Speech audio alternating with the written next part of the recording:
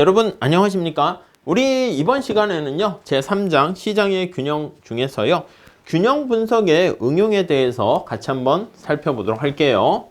우리 지난 시간에 균형이란 무엇이며 그리고 균형 상태가 이탈되었을 때 어떻게 균형으로 다시 회복되는지 아니면 또 회복되지 안 될 수도 있죠. 그걸 우리가 정적 안정성, 동적 안정성 살펴봤고요.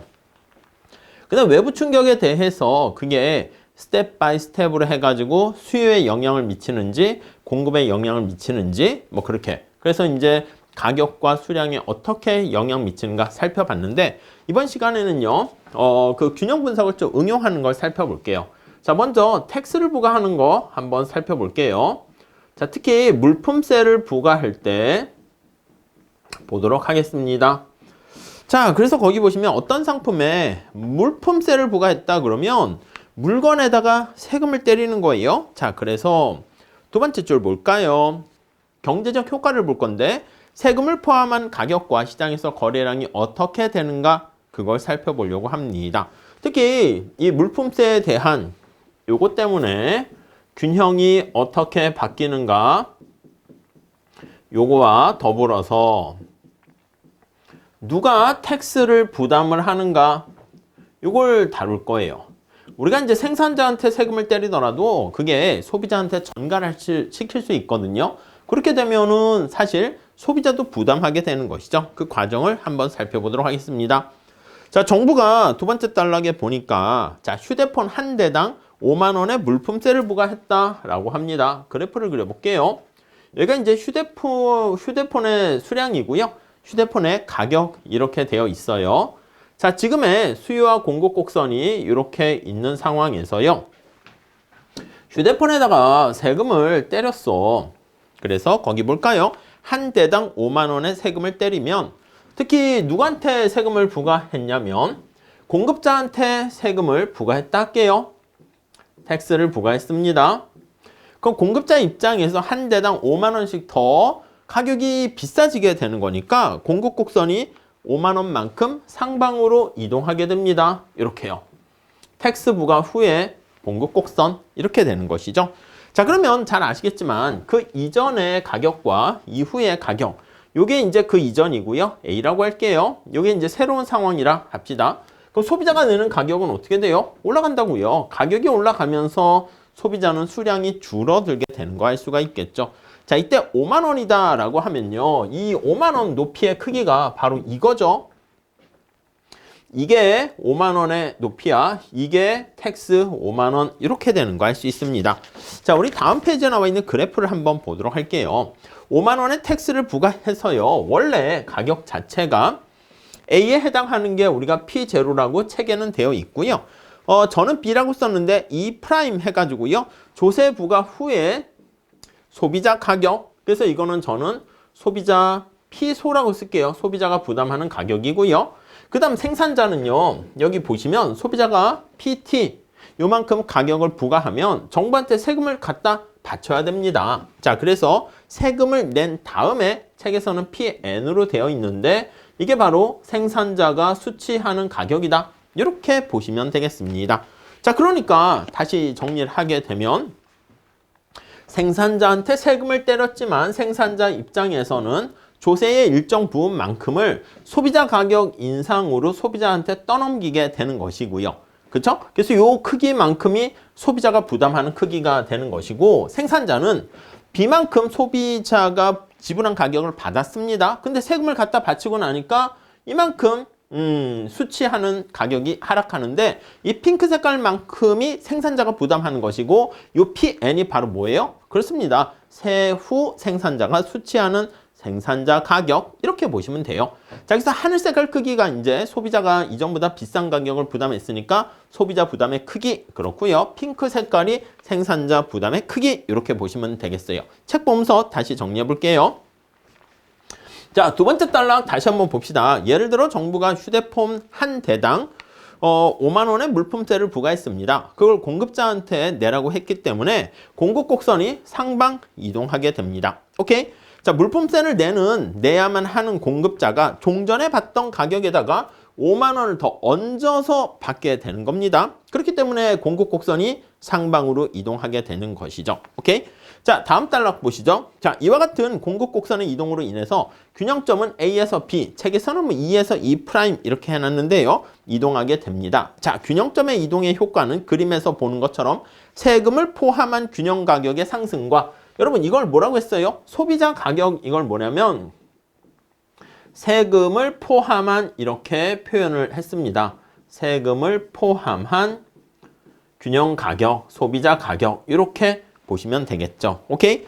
자, 균형 거래량은 감소합니다. 그런데 여기서 가격 상승폭은 이만큼이 5만 원이라 그랬는데 이 하늘 색깔만큼만 가격이 올라가요. 그러니까 소비자가 부담하는 가격은 조세를 5만 원 부과했을 때, 세금을 5만 원 부과했을 때 전부 다 소비자한테 가는 게 아니죠. 이해 가시겠죠? 여러분 만약에 수요 곡선이 수직이라 해볼게요. 수요 곡선이 수직이야. 그럼 공급 곡선이 이렇게 있었어. 근데 앞에서 본 것처럼 텍스를 부과해서요. 조세 부과 후 이렇게 되면 자 그러면 이게 왼쪽 그림하고 같이 연결을 시키면 여기가 원래 A점 이렇게 되는데요. 근데 소비자가 내는 가격이 여기가 B 이렇게 되고요. 오케이? 여기 B라는 소비자가 내는 가격에서 텍스를 뺀 나머지가 생산자가 수취하는 가격인데 이거 상상해 보세요. 이게 이렇게 수직이 돼 버리게 되면은 이렇게 되니까 이게 C랑 똑같아지게 되는 거 알 수가 있습니다. 자, 그래서 얘가 소비자가 내는 가격이 원래 이전에 조세 부과 전에는 소비자 가격이 생산자 가격하고 같아졌었는데요. 근데 여기가 바로 소비자가 내는 가격이고 세후 생산자가 수취하는 가격은 이전과 똑같다. 이해 가시죠? 이때는 여기 나와 있는 것처럼 텍스 부과의 크기가 이만큼이 5만 원의 텍스를 부과했는데 소비자가 내는 가격은요. 전부 다 이렇게 다 올라가고 생산자가 수취하는 가격은 하나도 없어요. 변하지 않습니다. 그러니까 생산자가 부담하는 거는 하나도 없다는 걸 알 수가 있습니다. 뭐 원론에서 많이 했던 거니까 가볍게 보시면 될 것 같습니다. 그래서 공급자가 내는 여기 보시면 가격, 소비자가 내는 가격은 여기 나와 있는 것처럼 조세 부과한 것보단 작게 오르고 이 경우는 조세 부과한 거랑 같은 크기만큼 상승한다라는 거 알 수가 있겠습니다. 자, 그래서 마지막 단락에 기본적인 얘기지만 설명이 있습니다. 이러한 결과가 나오게 되는 것은 수요 곡선이 우하향하기 때문에 그런 것이고요. 그래프를 제가 그려버렸네. 독자 스스로 그림을 그려보면 알겠지만 수직선이다 이렇게 되면 소비자가 내는 가격은 텍스 5만 원 그것만큼 상승한다라는 거 알 수가 있습니다. 그리고 수요 곡선이 만약에 수평이라 한번 해볼게요. 수요 곡선이 수평이야. 자, 그럼 공급 곡선이 이렇게 있다가 텍스를 부과한 만큼 공급 곡선이 상방으로 이동합니다. 자, 그러면 여기가 A점이 되었다가요. 오케이? B점은 뭐야? 새로운 공급 곡선과 수요 곡선이 만나는 거잖아. 그러니까 B점은 여기가 되고요. 그 다음 C점은 B점에서 이렇게 낮아지는 점, 여기가 C점이 되겠죠. 이해 가시죠? 자, 그러면 이게 바로 원래 조세 부과 전의 가격이고 소비자가 부담하는 가격은 이전과 똑같고 생산자가 수취하는 가격은 이렇게 낮아지게 됩니다. 자, 그래서 여기 나와 있는 것처럼 텍스 크기가 이렇게 올라갔음에도 불구하고요. 소비자가 내는 가격은 하나도 없고 생산자가 부담하는 가격만 이렇게 하락하게 되는 거 알 수가 있습니다. 일부러 색깔 맞춰서 그려놨으니까 같이 좀 체크해 보시면 되겠습니다. 결국 자, 밑에서 세 번째 줄 실제 가격의 상승폭은 수요 곡선이 가파르면 가파를수록 이 가파르면 극단적으로 수직이잖아. 그러면 소비자 가격은 언제 많이 올라갑니까? 하면요. 소비자가 부담하는 게 클수록 그게 수요의 가격 탄력성이 제로가 되는 수직이 될 때가 가장 많이 올라가게 되고요. 수평이 돼버리면 소비자가 부담하는 가격은 전혀 올라가지 않는다라는 것을 알 수가 있겠습니다. 여기서 맨 마지막 제줄에 보시면 만약에 가격 탄력성이 제로가 된다라고 하면은요. 물품세가 고스란히 가격 상승으로 반영되는 극단적인 효과가 나타난다. 이렇게 보시면 되겠습니다. 자, 이거는 지금 수요 곡선의 기울기에 따라서 누가 부담하는 게 더 커지는가 이렇게 해놨는데 공급 곡선이 기울기 그것도 우리가 볼 수가 있어요. 자, 그래서 여기는 첫 번째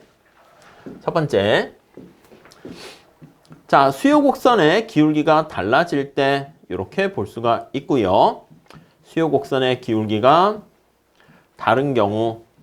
그래서 이제 우하향 하는 경우를 기본으로 해서 수직인 경우랑 수평인 경우 살펴봤고요.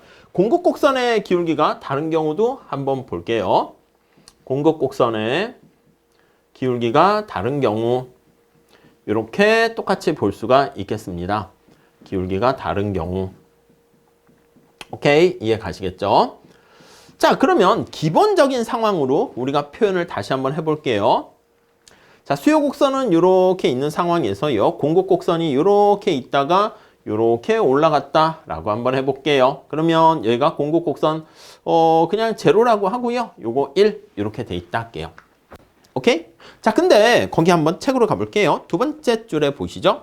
공급 곡선의 기울기도 가격 상승폭에 영향을 줍니다. 지금 보는 그림에서 우하향하는 수요 곡선은 그대로 두고요. 공급 곡선의 기울기를 변화시켜 본다라고 합니다. 만약에 공급 곡선이 수평이다라고 하면은요. 자, 지금 이거는 우상향 하는 걸로 했는데 수평이라 할게요. 수평이라고 이렇게 쓰죠. 아예. 이라고 되어 있는 경우 이게 같아지는 점에서 우리가 비교를 해야 되겠죠. 자, 그때 가격 상승폭은 수평일 때 공급 곡선이 상방 이동한단 말이야. 그러면 여기가 원래 이제 A점은 똑같아지는데 여기서 높이는 이거 똑같이 맞춰야 되지 않겠습니까? 그림 그리실 때. 우리 앞에서 텍스를 부과할 때 이만큼 5만 원의 텍스를 부과했습니다.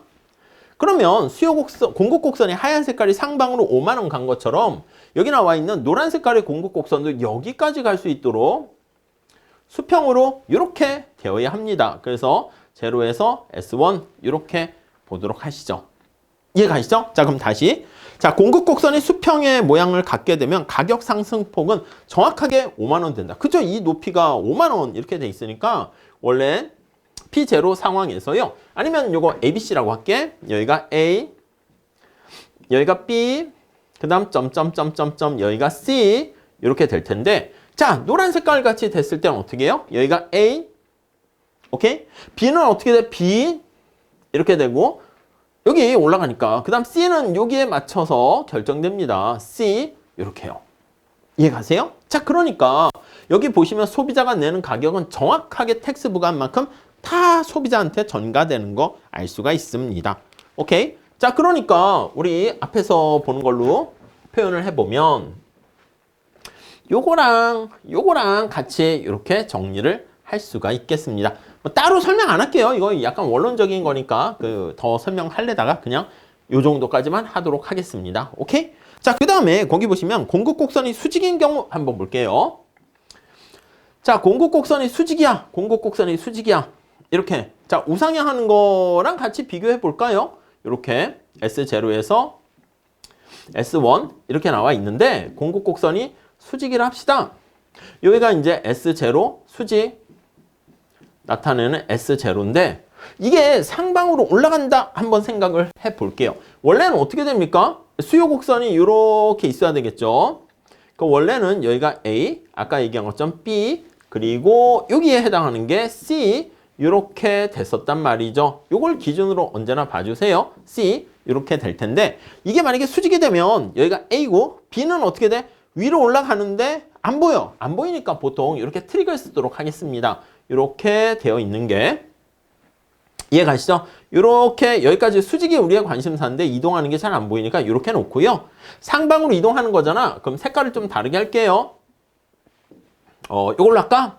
그래서 이렇게 해가지고 올라가는 거야. 이렇게. 이해 가시죠? 자, 그래서 텍스를 부과하게 되면 여기서 공급 곡선이 이동하게 되는데 여기 보세요. 새로운 공급 곡선과 수요 곡선이 만나는 점이 B 이렇게 됩니다. 자, 지금 파란 색깔, 이 하늘 색깔이 지금 A인데 파란 색깔하고 새로운 공급 곡선하고 수요 곡선 만나는 게 B니까 여기가 B야. B. C는 잘 보세요. B에서 텍스 부과한 만큼 아래로 내려가면 그게 C야. 그러니까 여기서 텍스 부과한 만큼 내려가니까 C 이렇게 되는 거죠. 자, 그러면 우리 여기 하얀 색깔이 되는 거 기준으로 한번 살펴보면 이런 식으로 돼서요. 앞에 본 것처럼 이런 경우는 공급자가 100% 다 부담하게 되고요. 소비자는 하나도 부담하지 않는다. 탄력성과 같이 연결해서 봐주시죠. 자, 그래서 거기 보시면 공급 곡선의 기울기가 크면 클수록 균형점 부근에서 공급의 가격 탄력성이 작을수록 가격 탄력성은 더 작아진다 알 수가 있겠습니다. 자, 그 다음 밑에 단락에 보시면 다음 단락 휴대폰 공급자는 종전에 P0 가격을 받고 있었는데 자, 세금을 낸 다음에 소비자가 높은 가격을 부과했지만 공급자가 수취하는 가격은 이렇게 하락하게 되는 거 알 수가 있겠죠. 자, 이 둘 사이의 차이가 휴대폰 공급자에게 돌아가는 세금 부담을 뜻한다. 그래서 이게 바로 뭐라고요? 공급자가 세금을 부담하는 공급자의 부담의 크기. 네, 이렇게 보시면 되겠고요. 자, 소비자가 부담하는 조세의 크기는 어떻게 됩니까 하면요. 이게 바로 소비자가 부담하는 조세의 크기. 이렇게 볼 수가 있겠습니다. 이해 가시겠죠? 네, 그 정도 정리하시면 되겠습니다. 자, 그래서 다시 한번 정리할게요. 세 번째 줄. 한편 종전에 P0의 가격을 내던 소비자는요. 이렇게 PT 가격을 이렇게 내게 되니까 더 높은 가격을 지불하게 됩니다. 그 차이만큼 소비자는 더 비싸게 물건을 사니까 소비자가 부담한다. 이렇게 보시면 되겠습니다. 자, 그래서 결과적으로 소비자도 그 부담의 일부를 지게 되는데 이렇게 조세 부과했을 때 그 부담이 다른 사람한테 떠넘기는 결과를 초래합니다. 그걸 우리가 조세를 전가시킨다 이런 표현을 쓰게 됩니다. 시프트 한다는 것이죠. 그래서 시프팅 하게 되고요. 그래서 실제로 누가 얼마나 부담하는가 그거를 알 수가 있겠습니다. 자, 밑에서 네 번째 줄 조세 전가라는 말 나와 있고 조세 부담이 전가한다 해서요. 공급자가 수요자에게 강제로 떠넘기는 거 아닙니다. 야, 네가 이거 부담해 이런 게 아니라 물론 이제 암묵적으로 강제적으로 하긴 하는 거죠. 경제적 힘의 관계에 따라서 거기 보시면 저절로 힘이 이제 탄력성을 얘기하는 거죠. 역학관계에 따라서 누가 힘이 센가 그거에 따라서 저절로 원래는 이제 자발적으로 부담을 하게 된다. 이렇게 정리를 하시면 되겠습니다. 오케이? 이해 가시겠죠? 네, 그 정도 봐주시죠. 자, 그 다음 맨 마지막 줄 보시면 앞서 논의를 살펴보면 수요의 가격 탄력성이 작을수록 여러분 밑줄 치시죠? 탄력성이 크다는 것은 소비자 입장에서 수요의 탄력성이 크다는 것은 가격에 되게 민감해요. 그리고 가격을 올렸을 때 선택할 수 있는 다른 대안이 많은 거야. 만약에 콜라와 사이다인데 콜라의 가격이 올라갔어. 그럼 소비자는요. 사이다나 환타나 다른 걸 소비할 수 있잖아. 그렇기 때문에 소비자는 콜라 가격 비싸졌어요. 저 콜라 잘 안 먹을래요. 이러면 되는데 만약에 수요의 가격 탄력성이 작은 쌀과 같은 그런 경우는 쌀 가격이 올라가면 어떻게 돼? 쌀을 대체할 만한 상품이 많지 않잖아. 그러니까 어쩔 수 없이 소비자 부담은 커진다. 이렇게 보시면 되겠습니다. 자, 그래서 다시 한번 정리할게요. 수요의 가격 탄력성을 이렇게 표현하고요. 생산의 가격 탄력성을 이렇게 표현할게요. 그럼 이렇게 된다 할게요. 수요의 가격 탄력성이고 공급의 가격 탄력성이라 할게요. 자, 그러면 공급의 가격 탄력성이 작다 그러면 공급자가 힘이 약하다는 뜻이고요. 여기 나와 있는 것처럼 수요의 가격 탄력성이 상대적으로 크다 이렇게 되면 소비자가 힘이 세다는 뜻입니다. 그럼 조세 부담은 누가 얼마나 많이 지는가 하면 소비자가 힘이 세니까 소비자 부담은 작아진다 이렇게 볼 수가 있겠습니다. 자, 다시 맨 마지막 줄 읽으시면서 떠올라야 돼요. 수요의 가격 탄력성이 작을수록 밑줄 치시고 뭐라고 쓰면 돼요? 소비자가 힘이 약할수록. 이해되시죠? 공급의 가격 탄력성이 클수록 밑줄 치시고 뭐라고 쓰면 돼요? 공급자가 힘이 셀수록. 이해가십니까? 자, 그럼 물품세의 가격 상승에 반영되는 폭이 훨씬 더 크게 된다는 거 알 수가 있습니다. 이는 곧 소비자가 세금 부담 폭이 더 커지게 되는 것이고 소비자가 힘이 없으니까 그리고 공급자의 세금 부담 폭은 그만큼 더 작아진다라는 것을 알게 됩니다. 자, 그러니까 만약에 앞에서 얘기한 것처럼 이렇게 수요 곡선이 수직이라고 할게요. 수직이면 그럼 수요의 가격 탄력성이 빵이잖아. 어떻게 돼요 이거는? 아니 가격이 올라가도 소비자는 대체할 만한 상품이 없는 거야. 완전 비탄력적이죠. 그럼 이건 어떻게 돼? 수요의 가격 탄력성이 빵이면 소비자는 완전 힘없어 이렇게 볼 수가 있어요. 이해 가시죠? 완전히 힘이 없기 때문에 소비자가 100% 부담을 한다라는 것을 알 수가 있겠네요. 이해 가시죠? 네, 그 정도 체크하시면 되겠습니다. 자, 그래서 수요의 가격 탄력성이 무한대다 하면은요, 소비자가 힘이 완전히 센 거고요. 그럼 전혀 가격은 올라가지 않고 소비자 입장에서는 공급자한테 세금을 부과했을지라도요. 여기 나와 있는 것처럼 공급자는 이전 가격 그대로 소비자한테 주게 됩니다. 그렇죠? 가격을 조금이라도 올리게 되면 소비자가 딴 데로 가버리기 때문에 그런 것이죠. 그래서 공급자가 100% 부담하게 되고 소비자는 전혀 부담을 지지 않는다. 이렇게 보시면 되겠어요. 어렵지 않은 거고요. 조금만 그림 그려서 생각하시고 그림 그려서 생각 안 해도 되지만 그림을 그리는 건 이제 경제학에서 그래프가 많이 나오니까 그런 거 연습하기 위해서 한번 보시면 좋겠습니다. 자, 그 다음에 우리 가격을 규제했을 때 효과 한번 살펴보도록 할게요. 자, 우리 텍스를 부과할 때 효과가 있고요. 정부가 가격을 규제하거나 가격을 통제했을 때 미치는 효과 한번 살펴보도록 하겠습니다. 자, 첫 번째 줄 보시면 어떤 상품의 가격이 너무 높다거나 낮다거나 불평하는 것을 들을 때가 많지만 가격이 그 수준에서 결정되는 이유는 나름대로 이유가 있어요. 자, 그런데 정부는 정치적 또는 다른 이유에 의해서 요 가격에 관여하게 됩니다. 시장의 힘과 무모한 대결을, 무모하다는 표현을 썼네요. 거기 각주에 나와 있어요. 우리가 이제 정부가 시장에 개입을 해서 시장을 이기려고 막 하는데 그러한 노력이 거기 보시면 시장 내부에 존재하는 힘 때문에 원하는 결과를 얻지 못할 때가 많을 뿐더러 설사 가격을 억제하는 데 성공했다 하더라도 여러 가지 부작용을 낳게 된다라는 것을 그렇게 무모한 대결을 시도한다 이렇게 표현했습니다. 자, 그래서 가격 규제는요. 첫 번째 가격 상한제가 있습니다. 가격 상한제라는 것은 지금 시장에서의 균형 가격이 너무 높다 이렇게 생각되는 거. 그래서 이거 이상 올라가지 마 이러는 거죠. 임대료 가격 규제하는 거 그런 거랑 똑같이 보시면 돼요. 그 다음에 반대로 가격이 일정 수준 이하로 내려가는 것을 막는 균형 가격이 너무 낮으니까 이걸로는 이제 뭐 농산물 가격 같은 거 지지 제도 이런 게 있거든요. 아니 쌀이나 이런 배추 가격이 너무 낮아지게 되면 농부들이 힘들게 되잖아요. 그래서 이거 밑으로 내려갈 수 없도록 하한선을 설정합니다. 그래서 가격 하한제 이렇게 표현을 하게 됩니다. 오케이. 자, 그래프를 통해서 한번 봐보도록 할게요. 자, 다음 페이지 그림이 잘 나와 있는데 쇠고기 시장에서 가격 상한제를 실시했을 때 살펴봅니다. 저희 Q가 있고요. 쇠고기 수량이고요. 쇠고기 가격 되겠습니다. 수요 곡선 우하향 하고요. 공급 곡선 우상향 하는 이런 상황을 알 수가 있네요. 자, 그래서 이걸 만약에 시장에 맡기게 되면요. 거기 나와 있는 균형 가격이 자, P스타 이렇게까지 결정되는 거 알 수 있어요. 그리고 Q스타 이게 이제 균형 가격, 균형 수량 이렇게 결정이 됐습니다. A라고 할게요.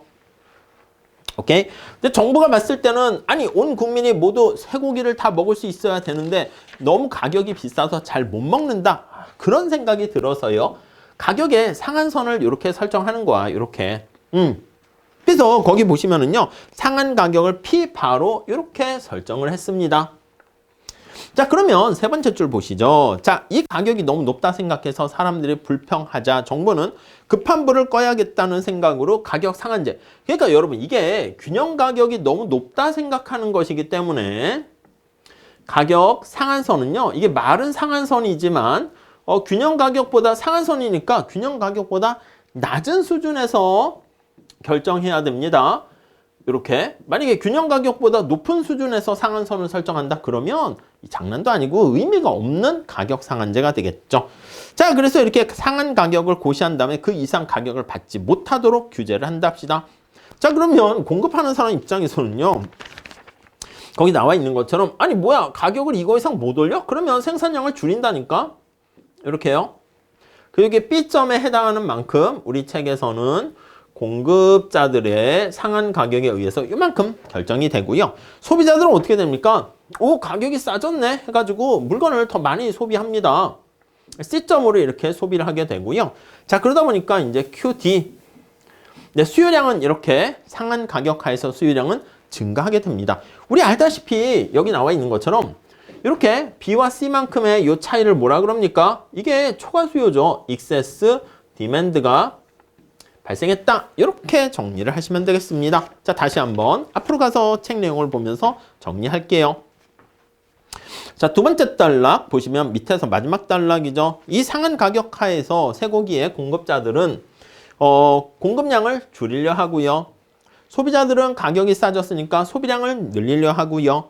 자, 그러다 보니까 이 크기만큼 초과 수요가 발생합니다. 그래서 1번 이렇게 의미가 있는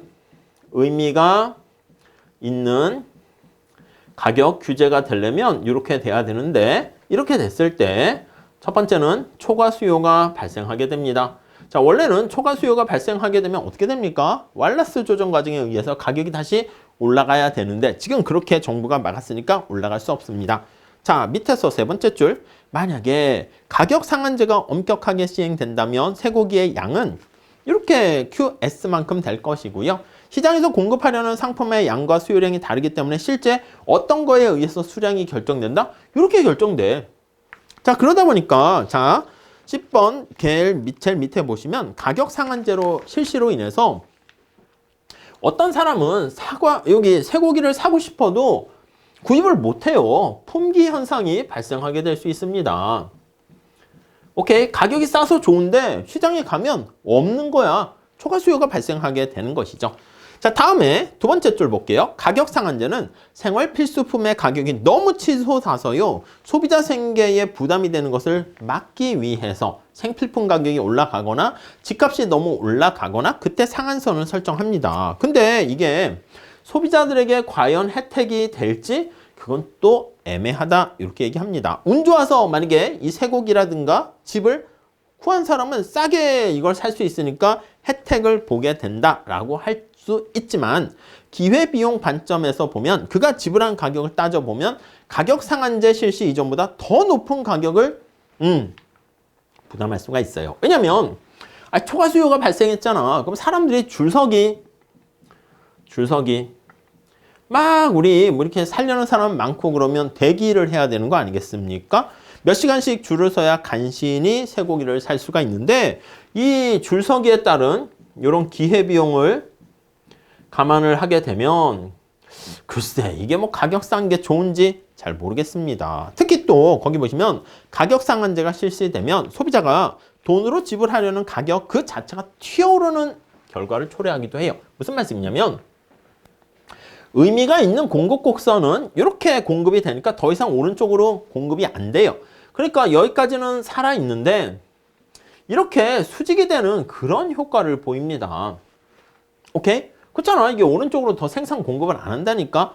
그래서 만약에 시장에서 암시장이 발생한다면 D라고 할게요. 그러면 거기 한번 볼까요? 쇠고기의 품귀 현상이 지속되면 급기야 쇠고기의 불법 거래, 이게 뭐 합법이라는 건 아니고 불법 거래인 암시장이 발생하게 된다라는 것을 알 수가 있습니다. 블랙마켓이죠. 암시장이 형성돼서 은밀하게 쇠고기를 사고 팔게 되면 가격 상한선은 효과는 어떻게 돼요? 가격 상한제 효과는 그 효력을 완전히 잃어버리게 됩니다. 오케이, 그 정도 정리하시면 되겠습니다. 그래서 여기 나와 있는 것처럼 이렇게 블랙마켓 암시장 가격 더 높은 가격으로 책정될 수가 있다. 이렇게 보시면 되겠습니다. 자, 57페이지 첫 번째 줄에 그 얘기가 나와 있고요. 자, 이와 같이 가격 상한제를 실시하게 되면 정부가 못된 의도로 하는 게 아니야. 정부가 봤을 때 선의로 이렇게 정책을 실시했습니다. 선의로. 쇠고기는 모든 사람들이 다 치킨 이런 걸 먹어야 되는데 너무 비싸네. 집은 사는 거지 바이가 아니라 리브하는 건데 너무 자꾸 투기꾼들이 모여드니까 가격 상한제를 실시해. 근데 선의로 실시를 하지만 이렇게 예상치 못한 부작용이 발생할 수 있다. 이렇게 정리를 하시면 되겠습니다. 이해 가시겠죠?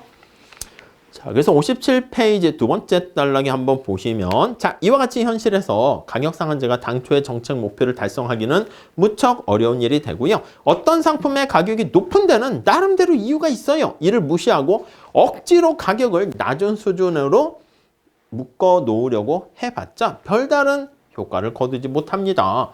자, 그래서 이러한 대표적인 예는요. 자, 전쟁이나 천재지변 같은 돌발 사태 때문에 경제가 몹시 어려운 상황에 처해 있을 때는요. 시간을 벌기 위해서 일시적으로 하는 것은 어느 정도? 그러니까 전쟁 아니면 비상 상황 있죠. 우리 코로나 같은 경우 있잖아. 비상사태. 코로나 때 뭐 하셨습니까? 요럴 때는요. 마스크를 구하기가 너무 힘들고 막 이러니까 가격을 상한선으로 해놓거나 아니면 여기 초과 수요 같은 것을 약간 배급이나 이런 걸 통해 가지고 해결을 할 수도 있다. 이렇게 보시면 될 것 같습니다. 네, 그 정도 정리하시고요. 자, 그 다음에 우리 가격 하한제에 대해서 한번 볼게요. 가격 하한제는요. 주로 이제 어떤 걸 가지고 얘기하냐면 노동시장에서 최저임금제 이걸 가지고 우리가 설명을 하려고 합니다.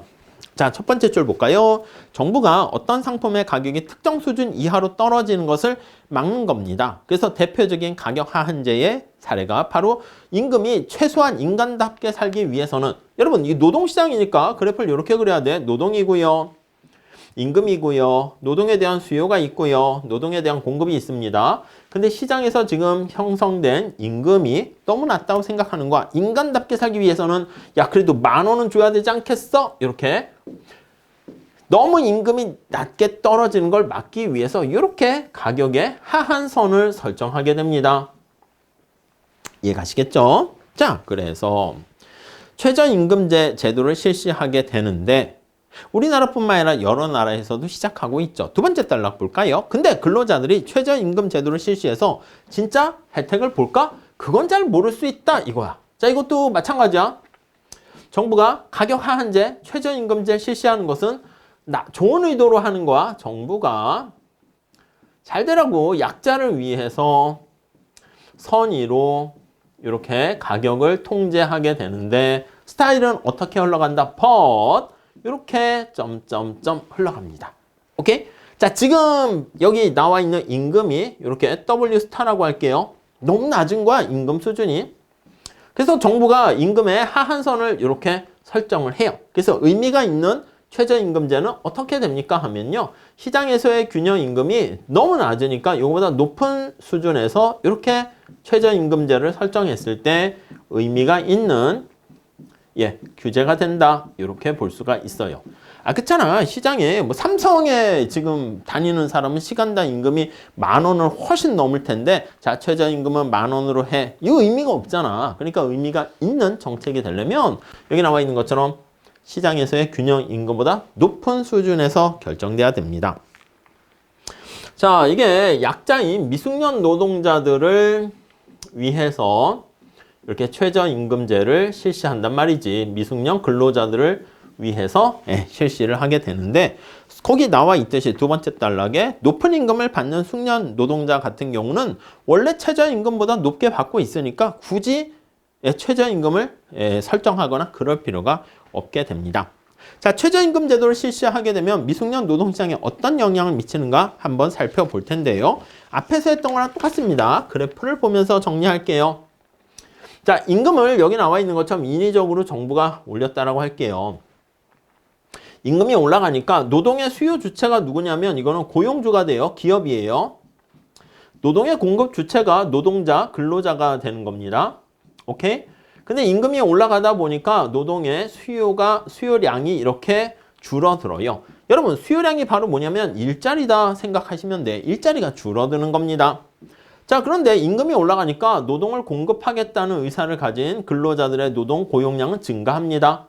자, 그러니까 B만큼 일자리는 줄어들었는데 일을 하겠다는 사람들은 이렇게 증가하게 되는 것이죠. C만큼으로 증가합니다. 됐죠? 자, 그래서 여기 나와 있는 이 차이, 이걸 바로 뭐라고 합니까? 하면 excess supply이고요. 이게 바로 일자리는 부족한데 일을 하려고 하는 사람들, 노동시장의 excess supply, 초과 공급 상태가 되고요. 자, 그게 바로 58페이지 그림 바로 밑에 첫 번째 줄 있죠? 미숙련 노동의 초과 공급이 발생하게 되고 이는 미숙련 노동자들 사이에서 그만큼 실업이 발생했다. 이렇게 볼 수 있겠습니다. 자, 미숙련 노동자 중에서 다행히 일자리를 구해서 요 최저임금을 받게 된 사람은 회피할 수 있어요. 회피라기보다는 이전보다는 높은 임금을 받으니까 혜택을 보긴 합니다. 근데 아예 일자리를 잃어버린 사람은 일자리가 줄어들었잖아. 그런 사람들은 그림 속의 떡에 불과하다. 나는 말이야, 여기 원래 여기 나와 있는 것처럼 노동자들과 일자리가 10개 이렇게 있었는데 일자리가 줄어들어서 일자리가 5개로 줄어들었어. 근데 일하려고 하는 사람들은 15명이나 이렇게 있습니다. 그럼 10명이 일자리 구하지 못했잖아. 여기 5번째 있는 사람은 이 노동공급 곡선의 뜻이 뭐예요? 예, 맞아요. 내가 일을 하게 되면 최소한 이만큼은 받고자 한다니까. 받으면 난 이 정도만 받아도 일할 생각이 있는데 아니야, 너 정신 차려. 너 말이야, 이거보다 높은 임금, 인간답게 살기 위해선 높은 임금을 받아야 돼. 아니, 취업하면 좋지. 근데 애시당초 일자리가 날아가 버리면 그게 뭐가 좋지? 이런 생각을 할 수가 있게 됩니다. 그 얘기가 거기 나와 있어요. 7번째 줄 볼까요? 최저임금제 실시로 인해서 오히려 손해를 보는 미숙련 노동자가 생길 수가 있다는 것입니다. 그래서 최저임금제도의 실시가 이렇게 미숙련 노동자들의 대량 실업 사태로 이어진다면 이를 통해서 얻는 것보다 잃게 되는 게 더 커진다. 이렇게 보시면 되겠어요. 자, 여기서 미숙련 노동자들을 도와주기 위한 최저임금제라는 것이 오히려 일자리를 박탈시켜버리게 되면 오히려 긍정적인 효과보다 부정적인 효과가 발생할 수 있다. 보시면 되겠습니다. 자, 여기서 두 번째 단락 볼게요. 그러나 진짜 이렇게 돼? 해서 많은 여러 나라에서 최저임금 제도를 실시한 경험에 비추어 봤더니 이 제도의 도입이 미숙련 노동자들의 대량 실업 사태를 일으켰다는 증거를 찾아보기는 아직 힘들고요. 이론적으로는 이렇게 되는 것처럼 보이긴 한데 실제는 그거와 좀 다를 수 있다라고 얘기합니다. 거기 보니까 왜 이론과 현실이 좀 차이가 나지? 이렇게 현실과 실제로 해보니까 이론 간에 괴리가 발생할 수가 있어요. 나중에 보겠지만 요거는 약간 시장이 완전 경쟁 시장이고 그런데 특수한 시장에서는 오히려 고용을 더 증가시킬 수도 있다는 걸 나중에 볼 겁니다. 자, 그래서 최저임금 제도를 실시했더니 임금 상승의 부담을 고용주들이 흡수하고 착한 고용주네. 고용 감소로 대체하지 않는다는 점을 짐작해 볼 수가 있고요. 그러나 최저임금제 왜 이런 일이 발생할까? 이거는 앞으로도 더 연구를 많이 해봐야 된다. 이렇게 매듭을 짓고 있습니다. 자, 이렇게 해서요. 우리가 앞에서 봤던 것처럼 자, 수요 공급 관련한 균형의 변화, 그거에 대한 응용을 봤는데 첫 번째는 텍스를 부과한 걸 살펴봤어요. 반대로 보조금을 지급하는 경우는 비용 하락하니까 공급 곡선이 밑으로 내려가고 수요 곡선이 상방 이동하는 걸로 분석할 수도 있겠고요. 그리고 가격 규제 관련해서 이렇게 두 가지 가격 상한제랑 가격 하한제 두 가지 살펴봤는데 뭐 가볍게 그냥 책에서도 언급하고 있습니다. 원론에서 오히려 더 깊이 다루고 있는 경우를 볼 수가 있는데 그냥 이 정도로만 하시죠. 하시고 뒤에 연습 문제가 괜찮은 문제가 많이 있습니다. 특히 뭐 별표 돼 있는 것은 뭐 난이도가 또 있다 하는데 잘 좀 체크해서 봐주시면 좋겠어요. 아시겠죠? 자, 이렇게 해서 챕터 3장은 마무리 짓고요. 우리 다음 시간에 또 챕터 4장 이제 드디어 시장의 수요 공급을 봤으니까 시장의 수요 공급의 플레이어가 되는 소비자의 선택에 대해서 우리 한번 살펴보도록 하겠습니다. 감사합니다.